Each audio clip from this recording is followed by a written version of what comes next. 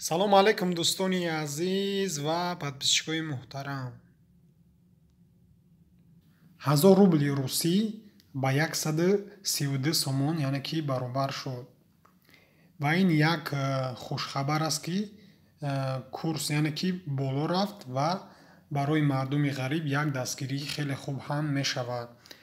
Чӣ хеле ки хитон дӯстон медонед, ин буд 126 сомон, 127 сомон ва имрӯз бошад 132 сомон.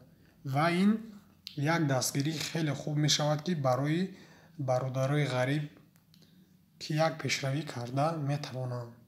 $100 бошад ба пули сомонӣ 1297 сомон. $100 бошад бо пули рубли русӣ 9371 рубл.